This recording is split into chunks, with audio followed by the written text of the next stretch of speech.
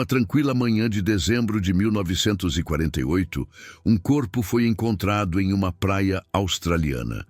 Sem identificação, sem pistas claras sobre sua morte e com um enigmático pedaço de papel escondido em um bolso secreto. Assim, começava um dos mistérios forenses mais intrigantes da história moderna.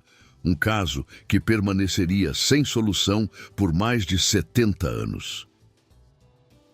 Bem-vindos a mais um episódio do História Bizarra. Hoje vamos mergulhar no fascinante e perturbador caso Taman Shud, também conhecido como o Mistério do Homem de Somerton, uma história real que combina elementos dignos de um romance de espionagem. Códigos secretos, identidades misteriosas, possível envenenamento e até mesmo um livro raro de poesia persa. Prepare-se para conhecer um enigma que desafiou investigadores por décadas e que só recentemente começou a revelar seus segredos. Na noite de 30 de novembro de 1948, um casal caminhava pela praia de Somerton, um subúrbio de Adelaide, na Austrália. Entre 19 e 20 horas, eles notaram um homem deitado na areia, próximo a uma instituição chamada Crippled Children's Home. O homem parecia estar dormindo, apesar das moscas que voavam ao seu redor. O casal decidiu não incomodá-lo, presumindo que estivesse bêbado ou simplesmente descansando. Na manhã seguinte, por volta das 6h30 do dia 1º de dezembro, o corpo do mesmo homem foi encontrado no mesmo local. Estava deitado de costas, com a cabeça apoiada contra o muro de contenção da praia, os pés cruzados e os braços estendidos ao lado do corpo. Parecia estar dormindo, mas estava morto. O homem vestia um traje formal, um terno bem cortado, camisa branca, gravata vermelha, meias e sapatos polidos. Estranhamente, considerando o calor do verão australiano, ele usava um suéter de lã por baixo do paletó. Mais estranho ainda, todas as etiquetas de suas roupas haviam sido removidas e ele não portava carteira, documentos ou qualquer forma de identificação. Em seus bolsos, os investigadores encontraram apenas alguns itens. Um pente, um maço de cigarros, quensitas pela metade, uma caixa de fósforos quase vazia, 2 passagens de ônibus para trajetos que ele nunca completou e um bilhete de trem para Henley Beach, não utilizado. Não havia chapéu, o que era incomum para um homem bem vestido naquela época. O corpo foi levado para o necrotério, onde o patologista John Burton Cleland realizou a autópsia. O homem tinha aproximadamente 40 a 45 anos, media 1,80 m, tinha olhos acinzentados, cabelos ruivos acinzentados e ombros largos. Suas mãos e unhas estavam impecavelmente limpas, sem calos, sugerindo que não realizava trabalho manual. No entanto, suas panturrilhas eram extremamente musculosas, como as de um bailarino ou atleta. A causa da morte era um mistério. Não havia sinais de violência, ferimentos ou marcas de luta. Seus órgãos internos estavam congestionados com sangue e seu baço estava aumentado em 3 vezes o tamanho normal. O estômago continha os restos de sua última refeição, um pastel e uma quantidade anormal de sangue, sugerindo que ele havia sofrido uma hemorragia interna. Apesar disso, os testes toxicológicos não detectaram venenos conhecidos. O médico legista concluiu que a morte provavelmente ocorreu por volta das 2 horas da manhã de 1º de dezembro e que a causa mais provável seria insuficiência cardíaca não natural, possivelmente por envenenamento. Mas que tipo de veneno não deixaria traços detectáveis? Em 14 de janeiro de 1949, quase 6 semanas após a descoberta do corpo, funcionários da estação ferroviária de Adelaide encontraram uma mala marrom no guarda-volumes.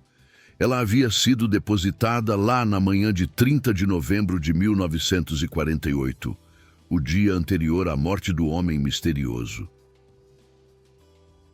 Dentro da mala, os investigadores encontraram roupas, incluindo um roupão, chinelos, pijamas, calças, meias e um casaco. Assim como nas roupas do cadáver, quase todas as etiquetas haviam sido removidas. No entanto, em algumas peças, os nomes T. Keane e Keane ainda estavam presentes. A polícia procurou por pessoas desaparecidas com esses nomes, mas não encontrou correspondências. Um detalhe intrigante. O casaco encontrado na mala tinha um padrão de costura americano, incomum na Austrália da época. Mais curioso ainda, a mala continha uma linha de costura laranja idêntica à usada para remendar um bolso interno do paletó que o homem vestia quando foi encontrado morto. Os registros ferroviários indicavam que o homem provavelmente chegou a Adelaide em um trem noturno vindo de Melbourne, Sydney ou Port Augusta. Ele teria comprado um bilhete para o trem das 10h50 da manhã, que por alguma razão não utilizou. Em vez disso, pegou um ônibus para Glenelg, um subúrbio à beira-mar de Adelaide. A mala reforçava a teoria de que o homem não era da região e estava de passagem por Adelaide. Mas por que alguém removeria meticulosamente quase todas as etiquetas de identificação de suas roupas? Era como se ele estivesse deliberadamente tentando ocultar sua identidade.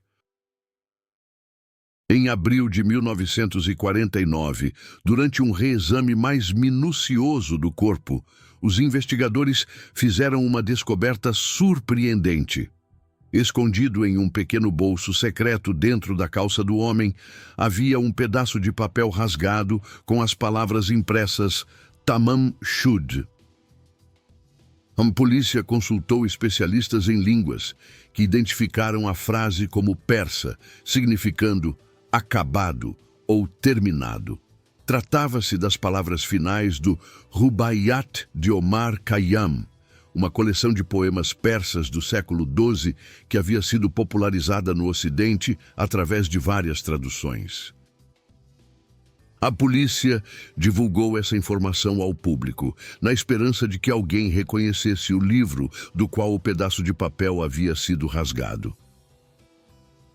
Surpreendentemente, um homem se apresentou. Ele contou que na noite de 30 de novembro de 1948, a mesma noite em que o homem misterioso foi visto pela última vez com vida, encontrou um exemplar raro da tradução de Edward Fitzgerald do Rubaiyat no banco traseiro de seu carro, que estava estacionado em Glenelg, a apenas 400 metros da praia onde o corpo seria encontrado. O livro foi entregue à polícia, que confirmou que o pedaço de papel encontrado no bolso do morto havia sido rasgado da última página daquele exemplar específico. Mas o mistério apenas se aprofundou quando os investigadores examinaram o livro mais detalhadamente. Na contracapa havia uma série de letras aparentemente aleatórias, escritas a lápis em 5 linhas. Os criptógrafos militares e especialistas em códigos foram chamados para decifrar a mensagem, mas ninguém conseguiu encontrar um padrão significativo. Alguns sugeriram que poderia ser um código de substituição simples, outros que seria uma sigla ou iniciais de palavras. Até hoje, apesar de inúmeras tentativas, o código permanece não decifrado. Além do código misterioso, havia também um número de telefone escrito no livro. Esse número levou os investigadores a uma jovem enfermeira que morava em Glenelg, a apenas 800 metros de onde o corpo foi encontrado. Por razões de privacidade, a polícia nunca revelou seu nome verdadeiro, referindo-se a ela apenas como Justin, ou mais tarde, como Jessica Thompson. Quando questionada, Jessica admitiu que havia dado um exemplar do Rubaiyat a um homem chamado Alfred Boxall durante a Segunda Guerra Mundial. quando ela servia como enfermeira no Hospital Royal North Shore, em Sydney. A polícia inicialmente suspeitou que o homem de Somerton poderia ser Boxall, mas essa teoria foi rapidamente descartada quando Boxall foi encontrado vivo, ainda em posse do exemplar que Jessica lhe dera, com a dedicatória dela intacta. Quando mostrada uma fotografia do cadáver, Jessica negou conhecê-lo. No entanto, testemunhas presentes relataram que ela ficou visivelmente perturbada, como se estivesse prestes a desmaiar. Esse comportamento levantou suspeitas, mas Jessica manteve sua negação até o fim de sua vida. À medida que a investigação prosseguia, sem resultados concretos, várias teorias começaram a surgir sobre a identidade do homem de Somerton e as circunstâncias de sua morte. Uma das teorias mais persistentes é a de que o homem era um espião, possivelmente trabalhando para os soviéticos ou para os britânicos. O período pós-Segunda Guerra Mundial marcou o início da Guerra Fria, e a Austrália abrigava instalações de testes de armas britânicas em Woomera, a algumas centenas de quilômetros de Adelaide. O código não decifrado, a remoção meticulosa de etiquetas de identificação e a aparente causa de morte por envenenamento não detectável pareciam consistentes com atividades de espionagem.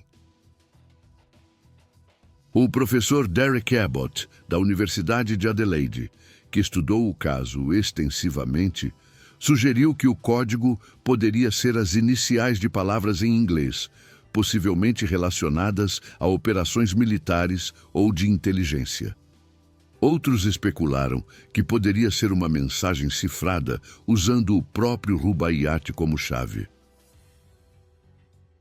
Outra teoria sugere que o homem poderia ter sido vítima de um suicídio elaborado. A frase "Tamam Shud", acabado, poderia ser interpretada como uma nota de suicídio simbólica.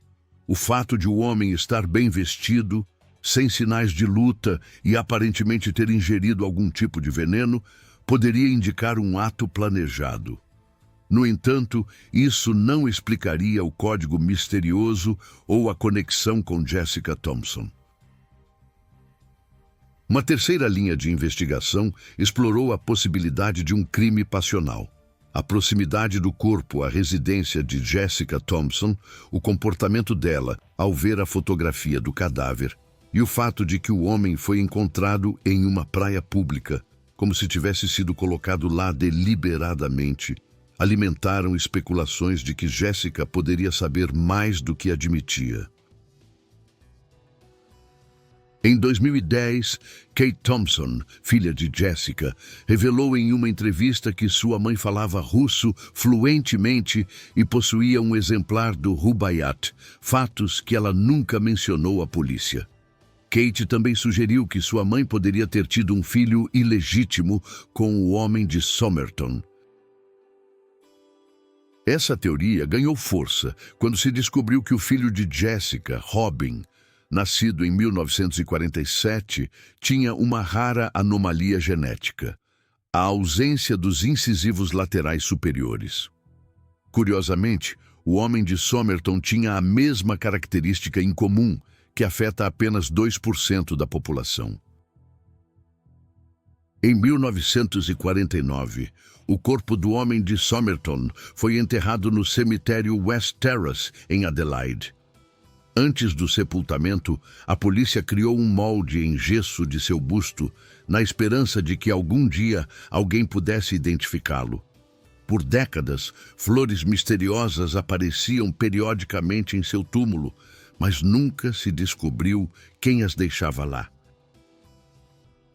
Por mais de 70 anos, o caso Tamam Shud permaneceu um dos mistérios forenses não resolvidos mais intrigantes do mundo. No entanto, nos últimos anos, avanços na tecnologia de DNA e genealogia genética começaram a lançar nova luz sobre o enigma.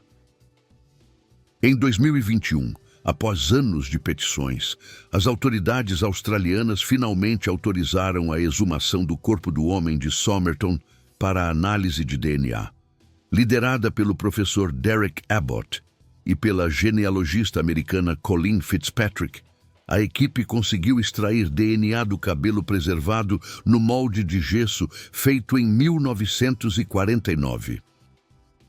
Usando técnicas avançadas de sequenciamento genético e comparando os resultados com bancos de dados genealógicos, os pesquisadores chegaram a uma conclusão surpreendente em 2023. O homem de Somerton seria Charles Webb, nascido em 16 de novembro de 1905 em Footscray, um subúrbio de Melbourne. Segundo a pesquisa, Webb estudou na Universidade de Tecnologia de Swinburne e trabalhou como técnico em eletricidade em uma fábrica. Ele se casou com Dorothy Robertson em 1941, mas ela pediu divórcio por abandono em 1947. Webb se demitiu do emprego entre 1947 e 1948, e não há mais registros sobre ele depois disso. Quando morreu, sua família já estava fragmentada. Seus pais haviam falecido, assim como um irmão e um sobrinho. Seu irmão mais velho estava doente. Em 1955, uma irmã que morreu lhe deixou uma pequena quantia de dinheiro em testamento, acreditando que ele ainda estava vivo e morando em outro estado. No entanto, mesmo com essa possível identificação, muitas perguntas permanecem sem resposta. Por que Webb removeu as etiquetas de suas roupas? Qual era sua conexão com Jessica Thompson? O que significava o código misterioso? E talvez o mais importante, qual foi a causa exata de sua morte? O caso Tamam Shud transcendeu o status de simples mistério policial para se tornar um fenômeno cultural duradouro. Ao longo das décadas, inspirou livros, documentários, podcasts e até mesmo obras de ficção. O caso Tamam Shud permanece como um fascinante enigma que atravessa gerações. Mesmo com os recentes avanços na identificação de Charles Webb como o provável homem de Somerton, muitas perguntas continuam sem resposta. Talvez o verdadeiro legado deste mistério seja nos lembrar dos limites do conhecimento humano. Em uma era de tecnologia avançada, onde parece que todas as informações estão ao alcance de um clique, o caso Tamam Shud nos mostra que alguns segredos resistem teimosamente à nossa compreensão. Como o próprio Rubaiyat de Omar Khayyam nos ensina, o dedo em movimento escreve, e tendo escrito, segue em frente. Nem toda sua piedade ou inteligência o trará de volta para cancelar meia linha. Nem todas suas lágrimas lavarão uma palavra sequer. Se você gostou deste episódio do História Bizarra, não se esqueça de deixar seu like, se inscrever no canal e ativar as notificações para não perder nossos próximos vídeos sobre os fatos mais intrigantes e pouco conhecidos da história mundial.